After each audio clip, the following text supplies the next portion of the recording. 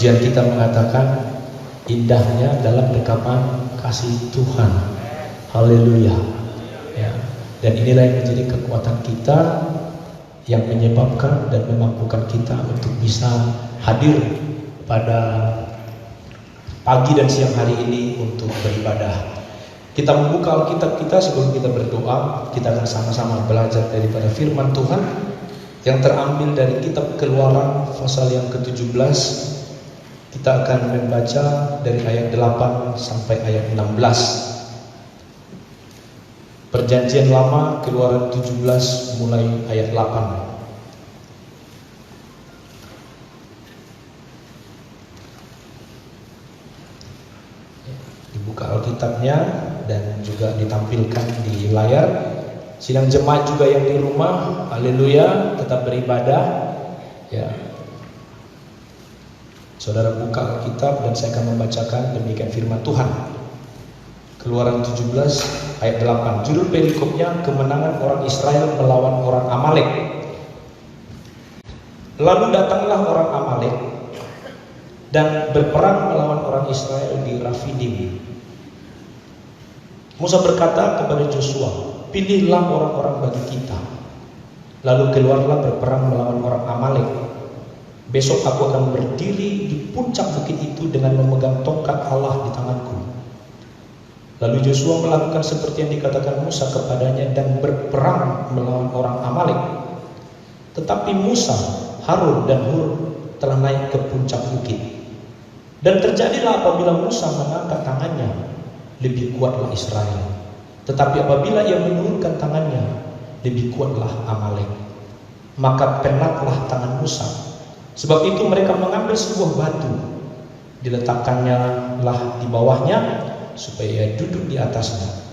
Harun dan Hur menopang kedua belah tangannya, seorang di sisi yang satu, seorang di sisi yang lain, sehingga tangannya tidak bergerak sampai matahari terbenam. Demikianlah Joshua mengalahkan Amalek dan rakyatnya dengan mata pedang. Kemudian berfirmanlah Tuhan kepada Musa, tuliskanlah semuanya ini dalam sebuah kitab sebagai tanda peringatan, dan ingatkanlah ke telinga Joshua bahwa aku akan menghapuskan sama sekali ingatan kepada Amalek dari kolong langit. Lalu Musa mendirikan sebuah mezbah dan menamainya Tuhanlah panji-panjiku. Ia berkata, tangan di atas panji-panji Tuhan. Tuhan berperang melawan Amalek turut temurun. Puji Tuhan. Saudaraku terkasih dalam Tuhan, satu kejadian ini kita sudah mungkin pernah mendengar. Kejadian ini ya, terjadinya satu peperangan orang Israel melawan orang Amalek di Rafidim. Ya, Rafidim ini kalau kita lihat bahwa tempat ini menjadi satu tempat peperangan bagi orang Israel melawan orang Amalek setelah sebelumnya ya mereka mendapatkan satu persoalan, mereka tidak mendapatkan minuman, ya, tidak mendapat minum. Kalau kita baca di dalam Keluaran pasal 17, ya, ketika mereka ya, mendapatkan masalah sebelum sampai di Rafidim, mereka itu ada di Meriba, di gunung Batu Horeb. Saudaraku terkasih dalam Tuhan, kalau kita lihat perjalanan orang Israel dari tanah Mesir, ya, tanah Mesir keluar, sesungguhnya dari Mesir ke Israel itu Alkitab berkata cukup 11 hari. 11 hari. Tapi ternyata saudaraku, perjalanan orang Israel dari Mesir ke tanah perjanjian ke Kanaan itu 40 tahun. Sebenarnya kalau kita lihat peta, saya tidak mempersiapkan peta, tapi kita bisa tahu peta dari Mesir ke Israel itu sebenarnya kalau sekarang naik bis 4 jam kalau nggak salah. 4 jam saja dia lewat terusan Suez sampai ke tanah Israel. Tapi mereka tuh ya, dari mulai menyeberangi laut mati, kemudian mereka harus ke selatan dulu, ke Jazirah Arab, ke tanah Moab, ke Kades Barnea, terus ya Gunung Sinai, terus sampai nanti ke Moab.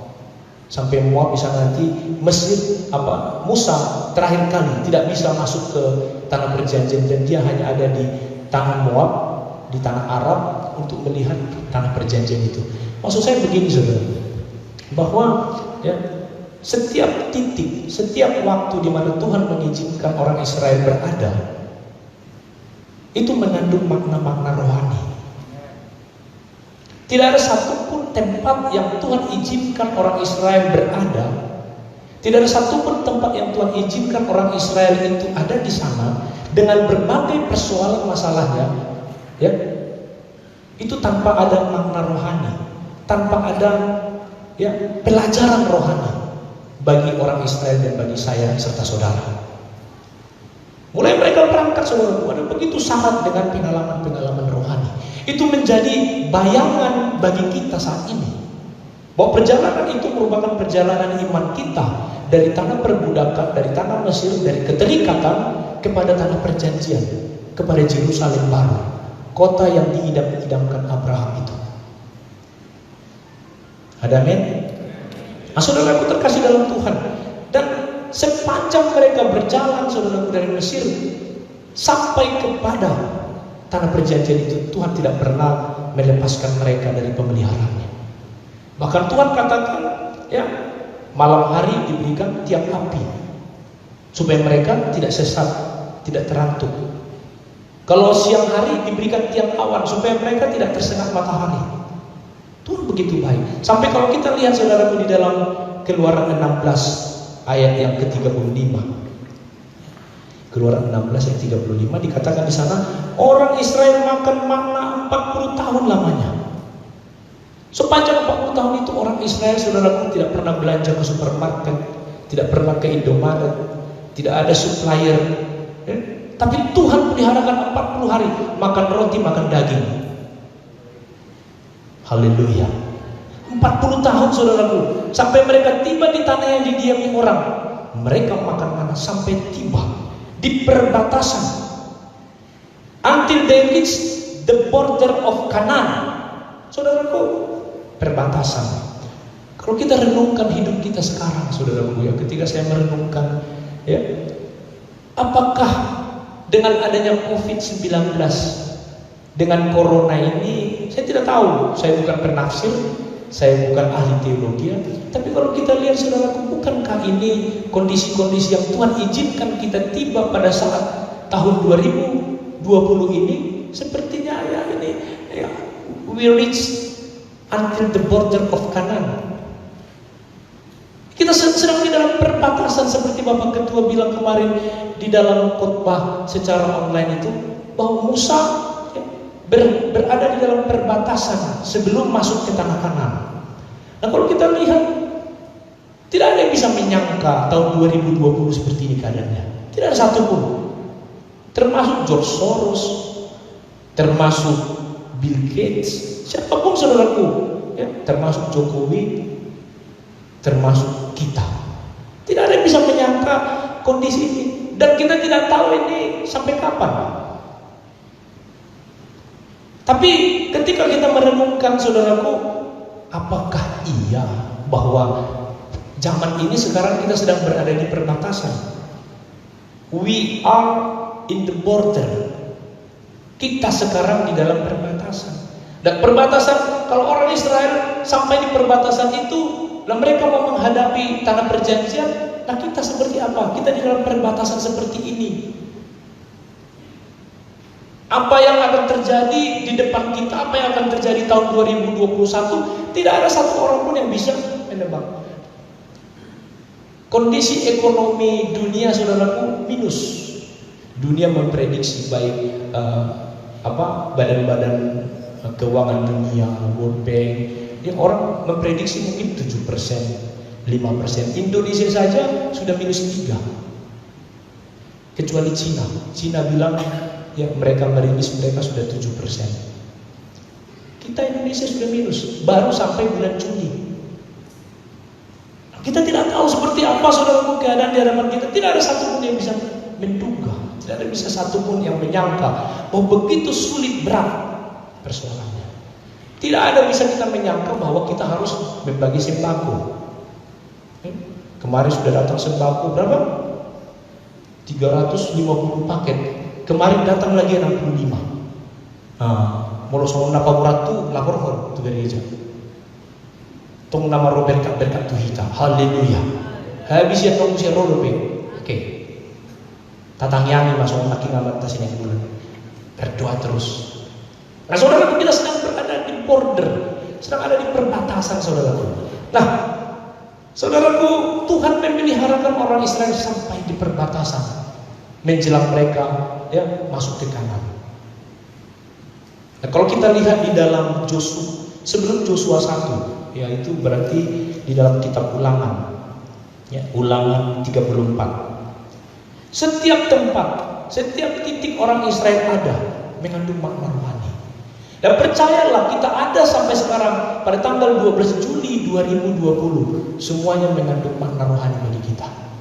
Beberapa waktu yang lain saya katakan, walaupun ada persoalan masalah, jangan pernah menyesal, jangan pernah menangisi, tapi maju terus bersama Tuhan. Jangan seperti orang Israel bersungut-sungut. Nanti kita baca, kita pelajari lagi. Tapi saya mau lihat, saudaraku, bagaimana keadaan di dalam Ulangan 34 ini. Ini satu tempat perbatasan. Musa mati umur 120, 40 tahun dia di istana, 40 tahun dia di tempat mertuanya Jitro di Midian, 40 tahun dia di gurun pasir, 120 tahun hidupnya seperti itu, saudaraku, berjuang mati-matian untuk membawa orang Israel ke tanah Kanan. Tapi coba lihat, dia nggak bisa masuk ke tanah itu. Nah, kita lihat di dalam Ulangan 34. Kemudian naiklah Musa dari dataran Moab. Dataran Moab itu saudaraku tanah Arab.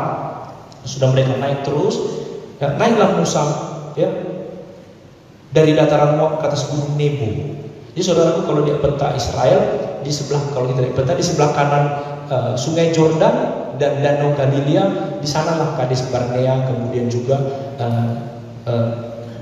Nebo yang tanah Moab. Naiklah Musa ke sana karena dia tidak bisa menyeberang Sungai Jordan itu. Gak boleh, saudara, sama Tuhan. Naik, yakni ke atas puncak Pisgah yang bertentangan, yang ditentangan Jeriko. Lalu Tuhan memperlihatkan kepadanya seluruh negeri itu, mulai dari kiri sampai kanan. Mulai dari untuk tanah-tanah yang akan diberikannya kepada Ruben, Simeon, semuanya suku bangsa Israel itu. Dari Gilead sampai kota Dan. Lanjut. Seluruh Naftali, tanah Efraim, Manasye, seluruh tanah Yehuda sampai laut sebelah barat. Tanah Negeb, lembah Jordan, lembah Jeriko sampai Zoar. Ayat 4, dan berfirmanlah Tuhan kepadanya, inilah negeri yang kujanjikan dengan sumpah kepada Abraham, Ishak, Yakub. Demikian kepada keturunanmu lah akan kuberikan negeri itu.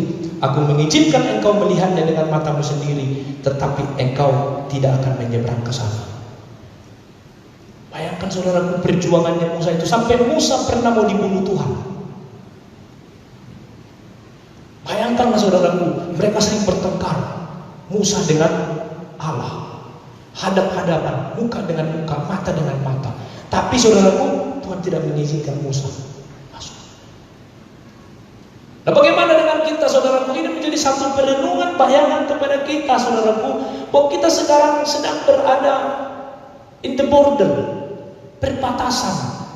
Seperti apa di depan kita? Orang mulai berbicara tentang chip, berbicara tentang 666, berbicara tentang masalah kesulitan, kesukaran, penganiayaan, ekonomi global.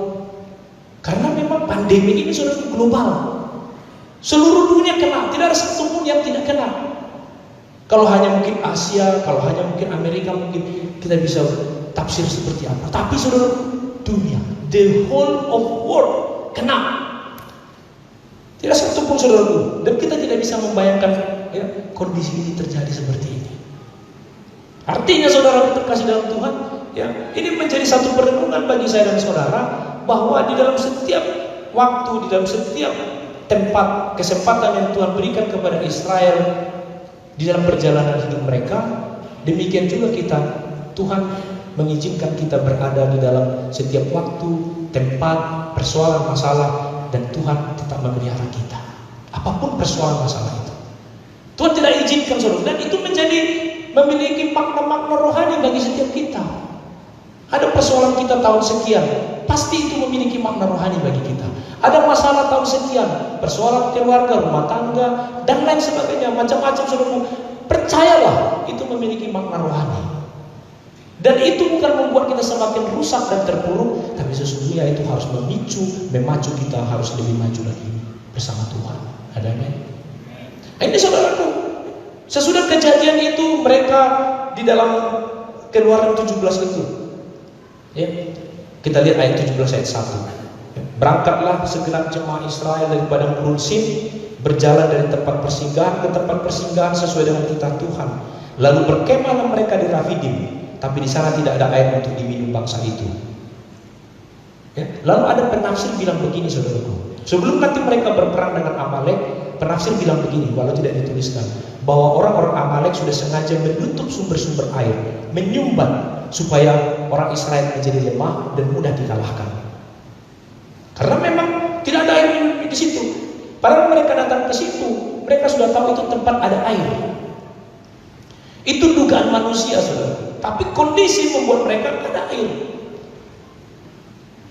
Mulailah mereka bertengkar dengan Musa. Merbadai mahalakon. Ayat dulu baru persoalankan soal itu bertengkar, merbadai, bersikudu. Mulailah mereka bertengkar dengan Musa, kata mereka, berikanlah air kepada kami supaya kami dapat minum. Tapi Musa berkata kepada mereka, mengapa kamu bertengkar dengan aku? Mengapa kamu mencobai Tuhan? Hauslah bangsa itu akan air di sana. Bersungut-sungutlah bangsa itu kepada Musa dan berkata pula, mengapa pula engkau memimpin kami keluar dari Mesir untuk membunuh kami, anak-anak kami dan ternak kami dengan kausan? Orang Israel secara umum tidak mengerti saudaraku, ya. Perjalanan rohani ini mengandung makna untuk menyelamatkan mereka. Tapi oleh persoalan kecil mereka lupa makna yang sebenarnya, makna hakiki bahwa Tuhan Allah berencana untuk menyelamatkan mereka. Kadang-kadang kan persoalan kecil saja saudara, persoalan makanan, persoalan minuman. Ini yang membuat saudaraku kita lupa kepada substansi perjalanan hidup. Karena perjalanan hidup kita, walaupun kita hidup di dunia, perjalanan kita ini adalah perjalanan rohani. Puji Tuhan. Ya. Lalu berseru-serulah Musa di ayat 4 itu, ya, kepada Tuhan. Apakah yang akan kulakukan kepada bangsa ini? Sebentar lagi mereka akan melempari aku dengan batu. Ya. Dan teruslah sampai kemudian mereka diberikan Tuhan jawaban. Berikan air. Sesudah di Rafidim inilah saudara, maka datanglah bangsa Amalek berperang melawan mereka. Bangsa Amalek ini saudaraku sebenarnya cucu dari Esau. Jadi kalau Abraham, ya, anaknya Ishak, ada Ismail, ya, Ishak. Anak Ishak 2, gitu ya? Anak Ishak 2, Yakub dan Esau dan Yakub. Nah anak Esau ini Amalek ini. Jadi sama ada halakon. Misalkan boleh menurun si Yakub, menurun do si Amalekon. Karena orang Israel itu patriarkal, Minang Padang yang dari ibunya. Jadi kalau orang, coba kita lihat di dalam Kejadian 36. Kejadian 36 ayat 12. Kejadian 36 ayat 12.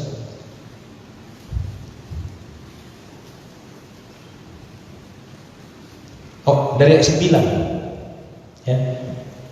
Inilah keturunan Esau. Jadi Esau dan Yakub, ya. Yakub ini Israel, anaknya 12. Nah, ini babat tuanya ini. Sama-sama marga Manurung ini. Misalnya kalau Manurung, kalau nenggulan batu ara, nenggulan. Nenggulan. Nomat atai luar ini. Ini Esau. Keturunan Esau bapak orang Edom. Jadi Esau itu Edom. Ya, Esau itu Edom di pegunungan Seir. Lanjut. Ya. Nama anak-anaknya ialah anak-anaknya siapa? Esau, Elifas, ya, anak Ada istri Esau, dari Ada istrinya. Rehuel anak Basmat, ya, istri dari Esau juga. Lanjut. Ya. Anak-anak Elifas, ini Kan tadi anaknya Esau Elifas. Anak Elifas inilah Teman, Omar, Zefo, Gaetam, dan Kenas. Ayat 12. Timna adalah bundi Elifas, anak Esau. Ia melahirkan Amalek bagi Elifas. Jadi Amalek ini pahupuni si Esau, cucunya. Keturunan ini yang berperang melawan keturunan Yakub. Sama-sama marga Manurung. Misalnya kalau Manurung, karena kan samarga lagi. Nah berperanglah saudara, kita kembali kepada keluaran tadi. Ya. Lalu datanglah orang Amalek dan berperang melawan orang Israel di Rafidim. Rafidim saudaraku, ya, satu kota di mana peperangan ini terjadi. Dan Rafidim ini saudaraku tempat perhentian terakhir orang Israel di dalam perjalanannya dari Mesir sampai ke Gunung Sinai. Sebelum nanti tiba di sini. Jadi mereka sudah berjalan sampai nanti di Rafidim ini. Seperti saya katakan tadi, setiap tempat itu punya makna rohani. Dan di Rafidim inilah mereka berkemah, ya, sebelum ke Sinai. Sinai itu pegunungan, dataran padang gurun Sinai. Dan di sinilah mereka lebih lama, karena di sinilah Tuhan berfirman kepada mereka, memberikan Taurat, hukum, tabernakel, aturan-aturan lain, penyembahan kepada Allah dan lain sebagainya. Aturan-aturan perkakas, perlengkapan, semua Tuhan berikan di Gunung Sinai. Sebelum masuk kepada penyembahan, sebelum masuk kepada hukum, Taurat, ketaatan kepada Allah, mereka di Rafidim ini. Sebelum nanti. Karena kalau kita lihat di dalam pasal 17, ya, kemudian kita lihat di Alkitab kita mulai masuk nanti ini ayat 18. Ya, ayat 18, Musa bertemu dengan Jitro, mertuanya, istrinya Zipora dan anaknya. Ya, nah kemudian masuklah itu, nah mengangkat hakim-hakim, dan kemudian ayat pasal 19 Tuhan menampakkan diri di Gunung Sinai, dan disinilah semua Tuhan berperkara, menunjukkan bagaimana umat itu harus beribadah kepada Tuhan. Nah sebelum itu saudaraku, mereka melakukan satu peperangan rohani di sini. Itu yang saya katakan saudaraku, bahwa waktu-waktu di tahun 2020 ini, saya bukan penafsir, tapi bisa kita renungkan, bisa jadi wah ini seperti di Rafidim. Sebelum mereka sampai ke Gunung Sinai, sebelum mereka sampai kepada aturan-aturan daripada Tuhan untuk penyembahan, untuk mereka masuk kepada tabernakel dan lain sebagainya, dan Tuhan mau atur hukum Taurat dengan 613 tata aturan yang harus diikuti. Hukum Taurat itu. Maka Tuhan saudaraku tunjukkan kuasanya. Ada peperangan rohani yang harus dihadapi, dialami oleh orang Israel ini. Datanglah orang Amalek berperang di Rafidim. Perhatikan saudaraku, apa kata Musa kepada Joshua? Pilihlah orang-orang baik bagi kita. Orang-orang yang terbaik untuk keluar berperang. Kalau kita lihat saudaraku terkasih dalam Tuhan, ya, mereka membagi tugas sangat baik. Bagaimana Musa saudara, kemudian nanti Harun dan Hur, mereka berdoa naik ke atas bukit tetap memegang tongkat Allah di tangan mereka, dan Musa berperang bersama orang Israel. Ada satu kerjasama yang kuat. Nah saudara terkasih dalam Tuhan, sesungguhnya ini menjadi pelajaran juga bagi kita, jemaat GP Kota Wisata. Amin. Kita tidak boleh terpecah belah. Kita tidak boleh bercerai-berai. Kita harus satu saudaraku. Kita ada di perbatasan. We are now in the border. Nah kita tidak tahu seperti apa di sana. Maka Tuhan katakan sebelum masuk lebih dalam lagi saudaraku, Tuhan bilang, ayo, aku mau tunjukkan kepadamu perlunya persekutuan, perlunya kesatuan, perlunya kesatuan hati, perlunya tolong menolong, perlunya saling memperhatikan, perlunya saling menguatkan. Amin. Tidak boleh berjalan sendiri. Yang berperang adalah Yosua dan orang Israel. Tapi perhatikan, Musa bilang, pilih orang-orang baik bagi kita. Pilih orang-orang bagi kita. Dipilih saudaraku untuk apa? Untuk keluar berperang melawan orang Amalek. Terjadilah peperangan itu saudaraku di ayat 10. Lalu Joshua melakukan seperti yang dikatakan Musa kepadanya. Tidak dia membantah, tidak dia bersungut-sungut. Berperang melawan orang Amalek. Tapi Musa dan Harun telah naik ke puncak bukit. Ayat 11. Dan terjadilah apabila Musa mengangkat tangannya, lebih kuatlah Israel. Tapi apabila ia menurunkan tangannya, lebih kuatlah Amalek. Saudara terkasih dalam Tuhan, inilah saat-saatnya di mana setiap kita saudara terkasih dalam Tuhan boleh belajar dari pengalaman ini, makna rohani bagi kita, bahwa dengan mengangkat tangannya kepada Tuhan Musa menunjukkan ketergantungan kepada Tuhan. Musa menunjukkan ketergantungan dan iman kepada Tuhan. Ketika saya coba pelajari saudaraku, memang ya, orang Amalek lebih kuat. Bangsa ini lebih tua saudara daripada bangsa Israel. Ya. Nah kalau kita lihat di dalam Bilangan 24 ayat 20, Bilangan 24 ayat 20 dikatakan ya, ayat 20, Bilangan 24 ayat 20.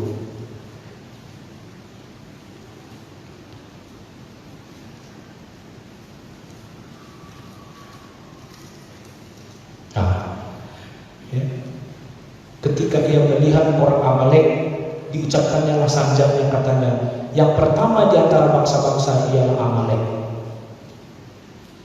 Ini bangsa Amalek adalah bangsa yang dewasa, bangsa yang tua, bangsa yang kuat. Tetapi akhirnya dia akan sampai kepada kebinasaan. Sekuat apapun bangsa Amalek, kalau Tuhan sudah bilang, nanti kita lihat di dalam pasal yang ke-17 ini, bahwa Tuhan melupakan, menghapuskan sama sekali ingatan kepada Amalek. Dan sesudah ini maka tidak ada lagi nama Amalek disebutkan dalam Alkitab, kecuali nanti di Mazmur dan di dalam 1 Tawarikh ada 2 ayat. Saudara terkasih dengan Tuhan, mengangkat tangannya kepada Tuhan, Musa menunjukkan ketergantungan dan iman kepada Tuhan. Karena kekuatan dan kemenangan Israel hanya terletak secara kontinu, secara terus-menerus mendekati Allah di dalam doa, iman dan ketaatan. Puji Tuhan. Inilah menjadi pelajaran bagi kita, saudara terkasih dalam Tuhan, di dalam peperangan rohani kita, bahwa kita harus mengangkat tangan kepada Tuhan, bergantung kepada Tuhan, bergantung secara iman kepada Tuhan. Tidak bisa berjalan sendiri, hanya terletak di dalam terus-menerus mendekat kepada Tuhan di dalam iman kita. Ketika Musa berhenti berdoa, ketika tangan Musa saudaraku penat turun, apa dikatakan? Ya, terjadilah kalau Musa angkat tangan, maka kuatlah Israel. Tapi kalau tangan Musa capek, penat, ya, Israel kalah. Apa yang bisa kita lihat saudaraku? Musa sebagai hamba Allah, dialah tampil menjadi pengantara. Dia yang menjadi pengantara antara kuasa ilahi boleh sampai kepada umatnya. Ya saudaraku, penyerahan secara total. Sering kita melihat mendengar saudaraku, ya, kita harus angkat tangan kepada Tuhan, maka Tuhan turun tangan. Ada amin. Kalau kita turun tangan, Tuhan pun angkat tangan. Cuma belum mulai Messi, kan? Tuhan menginginkan kita angkat tangan, bergantung bersama kepada Tuhan, supaya Tuhan turun tangan. Dan kalau Musa saudara tangannya penat, berhenti berdoa, berhenti pula aliran kuasa daripada surga kepada orang yang berperang. Kadang-kadang kan di mana logikanya? Yang berperang pimpinannya adalah Joshua dengan bangsa Israel. Perlengkapannya sama, itu juga. Senjatanya itu juga. Orangnya juga itu juga. Pimpinannya juga itu Musa, Joshua. Tapi mau naik tangan di si Musa, menang. Mau turun, mau pergi di si Musa, ini semua. Kalau Musa ini, kita lihat ini dari si Harun, si Hur. Tapi yang cuma lagi kayak, semua kasih lagi, udah. Mau tuh. Bener kan? Sampai cek misi Joshua. Kan logikanya gimana? Kok bisa begitu? Kan sama, perlengkapannya sama, orangnya sama, kekuatannya juga masih sama. Tapi di situlah saudaraku menjadi pelajaran bagi kita bahwa ya, ketika kita angkat tangan, berserah total saudaraku bergantung kepada Tuhan, maka Musa menjadi penentara supaya kuasa ilahi itu turun kepada bangsa itu. Amin. Kita jangan malu untuk angkat tangan kepada Tuhan. Di dalam segala persoalan, tadi sudah kita dengar kesaksian dari Bapak Nenggola. Cuma tadi sedikit awal nama gila benar. Berarti pada perlu si revisi, tak perlu sampai gila. Masuk atau pusing gitu maksudnya macam ini. Ayam musuh dulu sudah nolong nama pusing awal, kan? Orang itu tidak perlu sampai alam itu ke bahasa-bahasa aja, ke bahasa-bahasa dan frustasinya, bahasa beratnya beda itu di luar ini, ya kan? Berdoa saja. Nah kita lihat mujizat Tuhan kan terjadi, sehingga guru daripada guru kita, guru Bapak Nenggola lulus. Artinya saudara, pengalaman membawa kita kepada untuk kita bisa, ya. Terus Musa menjadi penantang, kuasa ilahi bisa. Nah saudara, kita kasih dalam Tuhan, marilah kita sebagai sidang jemaat, sebagai hamba Tuhan, sebagai orang tua, sebagai bapak, ya. Untuk menyelamatkan keluarga kita, rumah tangga kita, jemaat kita perlu bergantung kepada Tuhan. Tidak bisa bergantung kepada kekuatan kita sendiri. Puji Tuhan. Karena kita teramat lemah, saudara. Musa, tidak ada lagi orang yang bangkit nabi seperti Musa. Tapi Musa juga bisa capek. Benar nggak? Maka pernahlah Musa capek. Saudara pernah capek? Pernahlah. Kita kan semua pernah capek. Karena persoalan, masalah, kita bisa capek. Dan itu manusiawi. Dan kalau misalnya kita capek, lelah, bisa nggak berpengaruh kepada iman percaya kita? Bisa nggak berpengaruh kepada hidup rohani kita? Bisa. Ayah dong tuh akan persoalan keluarga gak bisa berminggu. Aduh, ada yang berjumpa di persoalan keluarga dalam sirik tuh gereja. Tuh persoalan aku tuh gereja. Ada persoalan ini? Aduh. Nah saudaraku, Musa juga capek, dia penat. Tapi dia terus saudaraku mencoba berjuang untuk tetap terkoneksi. Jadi ketergantungan kita dengan Tuhan saudaraku itu menjadi koneksi supaya sinyal kuat. Akan kalau handphone kalau tidak ada sinyal kan nggak bisa dipakai. Nah kan Pak Guru kan saya berputar-putar handphone nih. Facebook kan tak monitor. Pak Guru sama berputar-putar terus mikro. Nggak habis paket paketnya. Ini kan kalau lu habis paket handphone pun berputar-putar terus. Nggak bisa terkoneksi, nggak connect. Sama seperti saudara Musa ketika dia penat, ya, ketika dia capek, tidak terkoneksi saudaraku dengan surga. Turun tangan saudaraku. Bukan kemauan Musa, kondisi lelah, letih, lesu. Makanya Tuhan Yesus katakan apa? Marilah datang kepadaku yang Musa sebagai pengantara. Maka di dalam perjanjian baru saudaraku, Tuhan Yesus telah menjadi pengantara bagi kita.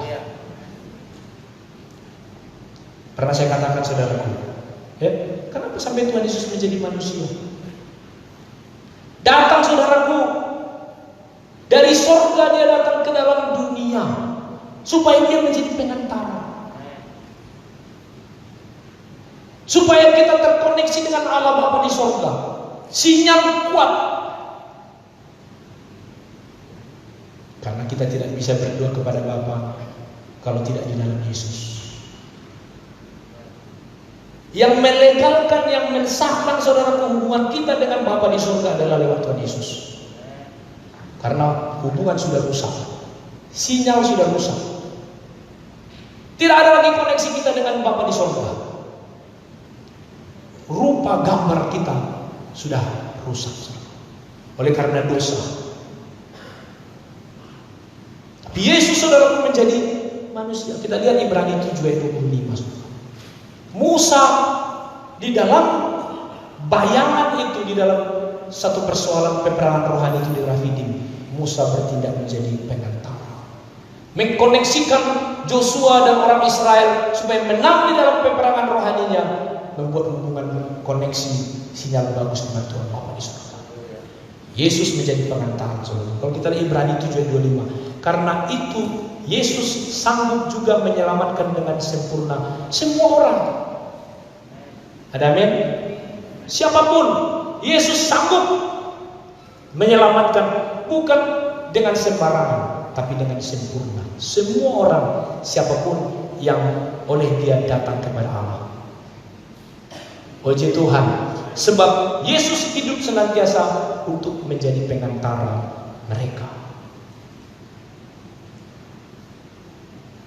Kristus, kalau kita lihat itu di dalam Ibrani 7. Setelah itu saudara kita lihat di Ibrani 8 ayat 1. Ibrani 8 ayat 1 dikatakan apa di sana? Inti segala yang kita bicarakan itu ialah apa? Kita mempunyai imam besar yang demikian, yang duduk di sebelah kanan tahta yang maha besar di surga.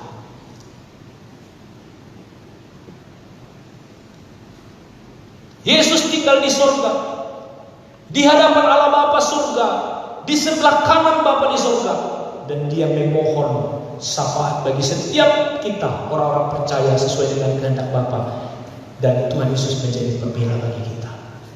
Haleluya. Dia menjadi perantara bagi kita, sehingga kita terkoneksi dengan surga. Ya.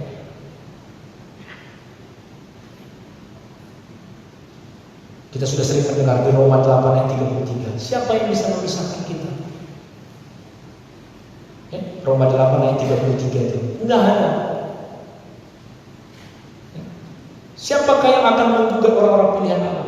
Saya dan saudara kita adalah orang-orang pilihan Allah, orang yang percaya kepada Yesus. Siapa yang bisa menggugat kita? Ya. Allah yang membenarkan mereka. Siapakah yang akan menghukum mereka? Ayat 34.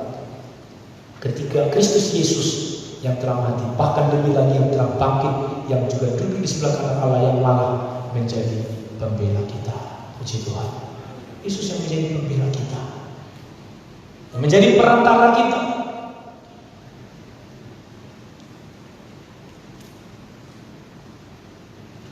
Mengingatkan kita untuk kita tidak lalai berseru kepada Tuhan setiap hari, ya. Supaya kita dapat menerima kasih karunia Allah untuk menolong kita pada saat kita butuh pertolongan. Puji Tuhan. Saudara terkasih dalam Tuhan, bangsa Israel itu ada di satu tempat di Rafidim.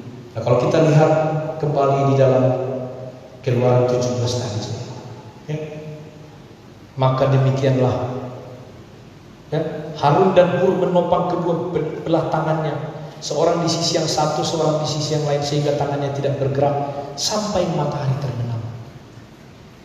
Berjam-jam, seharian saudaraku, Musa waktu itu umurnya mungkin sudah 90-100 tahun. Dia mengangkat tangannya terus sampai matahari terbenam, dan itu perlu topangan Harun dan Hur. Puji Tuhan. Sidang jemaat saudaraku, di dalam persoalan masalah kita, saudaraku terkasih dalam Tuhan, mungkin kita tidak lagi sanggup untuk berjalan, untuk berdiri, untuk datang ke gereja, untuk beribadah, oleh karena persoalan. Disinilah saudaraku kita butuh saling menopang, saling menguatkan, ya, sampai matahari terbenam. Demikianlah Joshua mengalahkan Amalek dan rakyatnya dengan mata pedang. Puji Tuhan. Mereka bisa menang, saling menopang. Di rumah tangga, suami dengan istri harus saling menopang. Jangan melihat kelemahan terus, ya, karena manusia tidak ada yang sempurna. Lihat, ya, kelebihan A, kelebihan suami, kelebihan istri ini yang harus dikombinasikan supaya semakin kuat. Kalau kelemahan dilihat, lemah tambah lemah, bagaimana kita bisa bangkit? Justru kan kalau sering saya bilang, harus saling menguatkan. Itulah yang dikatakan saudara di sini. Sampai Joshua bersama dengan umat Israel mengalahkan Amalek. Kemudian berfirmanlah Tuhan kepada Musa, tuliskanlah semuanya di dalam sebuah kitab sebagai tanda peringatan dan ingatkanlah ke telinga Joshua. Ya, terus 15 lalu Musa mendirikan sebuah mezbah dan menamainya Tuhanlah panji-panjiku. Puji Tuhan. Lord is my banner. Tuhan panji-panjiku, panji keselamatan, panji kemenangan. Bukan Joshua, bukan Musa, tapi siapa? Tuhan Allah. Dan itulah saudara terkasih dalam Tuhan menjadi pelajaran bagi saya dan bagi kita. Hari ini kita bisa mengingat kembali sebelum mereka memasuki waktu-waktu di hadapan mereka ada dalam perbatasan. Ya. Ada banyak hal ya, yang Tuhan dapatkan, Musa dapatkan dari Tuhan. Kemarin dalam khotbah Bapak Ketua juga, ya, Bapak Ketua juga mengingatkan kita mengenai impossibility, ya, impossibility, kemustahilan.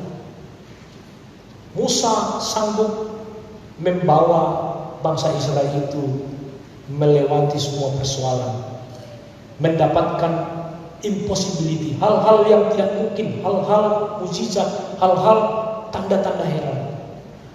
Karena apa? Bersama dengan Tuhan. Dia hanya dengan tongkat, kedaulatan Tuhan, kekuatan Tuhan yang dia pegang, membelah laut, melawan Firaun dan lain sebagainya. Kita bisa lihat bagaimana tangan Allah bersama-sama dengan mereka sampai Tuhan memeliharakan mereka up to the border, sampai kepada perbatasan itu, saudaraku. Mereka melihat tanah perjanjian itu. Karena itu Tuhan akan menyelamatkan kita. Saya dan saudara, biarlah Tuhan yang memelihara kita. Ya, seperti apapun di hadapan kita tidak tahu. Bulan depan, tahun 2021 seperti apapun di hadapan kita, tetap saja bergantung kepada Tuhan. Dalam ibadah 10 malam beberapa waktu lalu saya katakan, berserah saja kepada Tuhan. Tuhan teramat tahu, Roh Kudusnya sudah Dia kirimkan kepada kita untuk Dia memelihara kita, bahkan untuk memberitahukan hal-hal yang kita tidak tahu, hal-hal yang tidak kita mengerti. Dia akan pimpin kita, berbicara kepada kita, berbisik kepada kita untuk tuntun kita sampai kepada kemenangan itu. Kita tidak mampu, tapi kalau Roh Kudus bekerja bagi kita, maka Tuhan akan memberikan kemenangan demi kemenangan bagi umat GPI Kota Wisata. Puji Tuhan. Kita semua bangkit berdiri dan kita akan masuk di dalam doa. Biarlah firman Tuhan ini menjadi kekuatan bagi kita. Tuhan Allah pasti menolong kita dengan cara ajaib. Puji Tuhan.